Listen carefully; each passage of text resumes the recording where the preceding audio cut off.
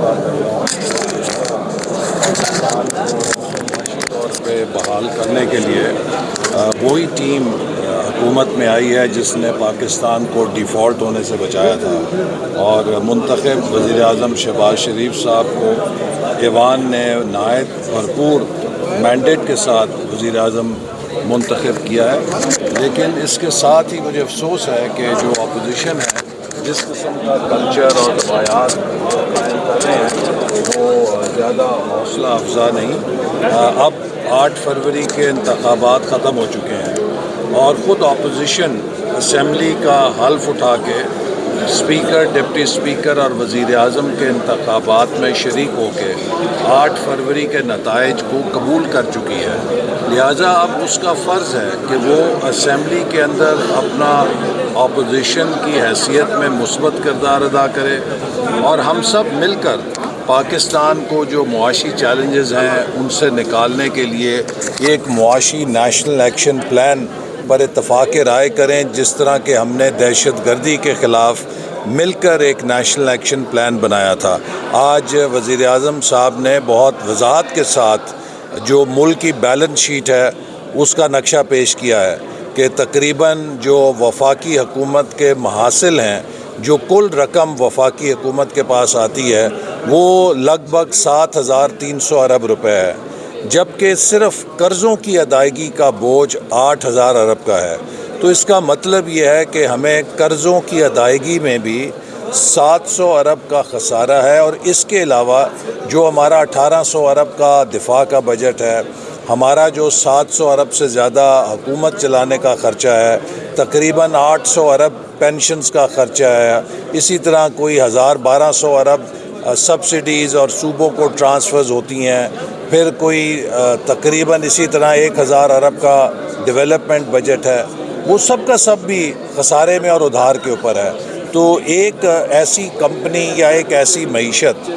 جس کے اندر اتنا خسارہ ہو، وہ کسی بھی قیمت پر اجازت نہیں دیتی کہ آپ وہاں پر ہنگامہ کریں، وہاں پہ انتشار پیدا کریں۔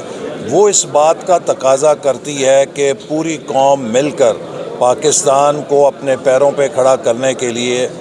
کام کرے، آپس میں ایک دوسرے کی ٹانگیں کھینچنے کی بجائے ہم قدم سے قدم ملا کر آگے چلیں۔ اور مسلم لیگ نون کی حکومت جو